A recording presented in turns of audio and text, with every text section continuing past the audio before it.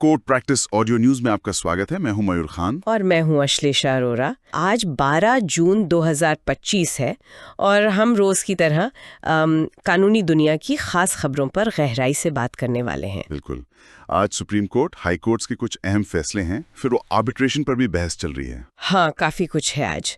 तो कहाँ से शुरू करें? सुप्रीम कोर्ट से? हाँ, वहीं से शुरू करते हैं। सुप्रीम कोर्ट की कुछ बड़ी खबरें हैं। ठीक है, तो पहली खबर है भाजपा कार्यकर्ता हत्याकांड मामले से जुड़ी।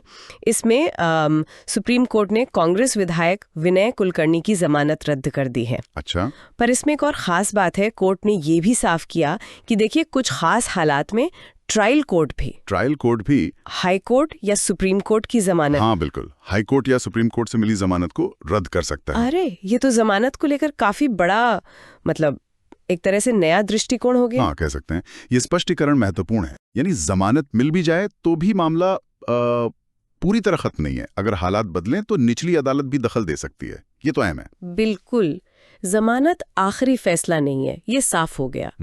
अच्छा, इसी से जुड़ा एक और मामला है व्यक्तिगत स्वतंत्रता का। हाँ, सुप्रीम कोर्ट ने वो जो निवारक निरोध कानून है ना, प्रिवेंटिव डिटेंशन, हाँ, प्रिवेंटिव डिटेंशन, उनके इस्तेमाल पर चिंता जताई है। मतलब बिना ट्रायल हिरासत वाले कानून। और चिंता किस बात पर है खास? कोर्ट ने खास तौर पे कहा कि कई बार ऐसा हो रहा है कि किसी को सामान्य केस में जमानत मिल गई, अच्छा, लेकिन फिर भी उसे जेल में रखने के लिए ये निवारक निरोध लगा देते हैं। कोर्ट कह रहा है कि ये तो कानून का दुरुपयोग है, असल मकसद के खिलाफ। मतलब जमानत मिलने के बाद भी एक तरह से सिस्टम को बाईपास करने की कोशिश। हाँ, कुछ वैसा ही। और कोर्ट का मानना है कि ये व्यक्तिगत आजादी के लिए ठीक नहीं। ये वाकई गंभीर बात है। अच्छा, सुप्रीम कोर्ट ने रेलवे को लेकर भी कुछ कहा है शायद? जी हाँ, एक तो माल ढुलाई में वजन के झगड़ों पर कोर्ट ने कहा, भाई लेटेस्ट टेक्नोलॉजी इस्तेमाल करो ताकि वजन ठीक से पता चले, विवाद ना हो। सही बात है, टेक्नोलॉजी से आसानी हो गया ना। हाँ, और दूसरा मामला आईटीबीपी कांस्टेबल का था। उसने कैश बॉक्स लूटा था। ओहो, वर्दी में ऐसी हरकत? तो कोर्ट ने उसकी बर्खास्तगी को सही ठहराया। कहा कि वर्दी वाली नौकरियों में इस तरह की गड़बड़ी के लिए 0 टॉलरेंस होना चाहिए, कोई ढील नहीं। बिल्कुल सही, जवाबदेही जरूरी है, खासकर वर्दीधारी बलों में। हाँ, पारदर्शिता और जवाबदेही। अच्छा, अब बात करते हैं आर्बिट्रेशन की, यानी मध्यस्थता की। चीफ जस्टिस बीआर गवई ने बीसीआई के फैसले का स्वागत किया है ना, जिसमें विदेशी लॉ फर्म्स को भारत में काम करने की इजाजत मिली है। हाँ बिल्कुल, और सीजीआई को लगता है कि इस कदम से भारत एक बड़ा, आप कह सकते हैं, इंटरनेशनल आर्बिट्रेशन हब बन सकता है। अच्छा, यानी बड़े अंतर्राष्ट्रीय कमर्शियल विवाद यहीं सुलझे। हाँ, यही विजन है। वो कह रहे हैं कि न्यायपालिका भी आर्बिट्रेशन के लिए अच्छा माहौल बनाने में लगी है। कोशिश यही है कि दुनिया भारत की ओर देखे। लेकिन इस पर कुछ बहस भी है शायद। जो नया ड्राफ्ट बिल है 2024 का, उस पर कुछ चिंताएं हैं। हाँ, हैं।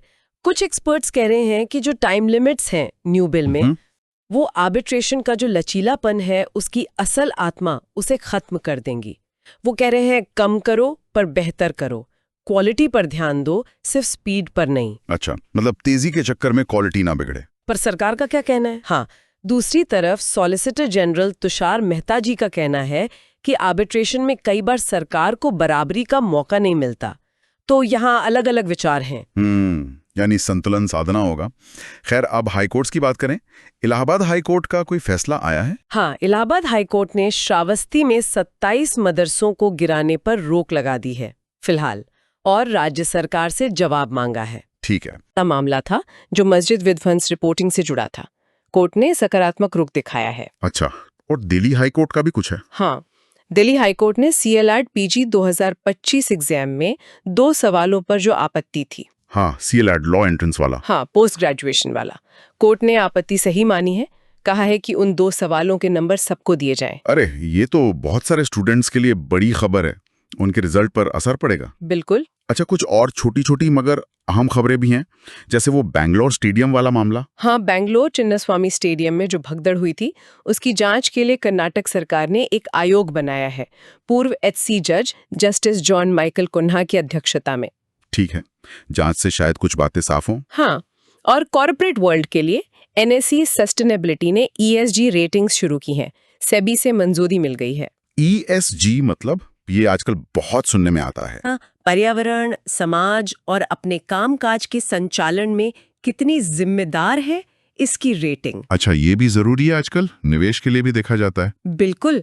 और आखिर में एक आरोप है जिसकी काफी चर्चा है। कौन सा? सीनियर वकील प्रशांत भूषण ने अमेरिका में कथित तौर पर कहा हाँ। कि मोदी सरकार जजों को कंट्रोल करने के लिए गुप्त डोजियर इस्तेमाल कर रही है। ओह, ये तो गंभीर आरोप है। हाँ, बहुत गंभीर।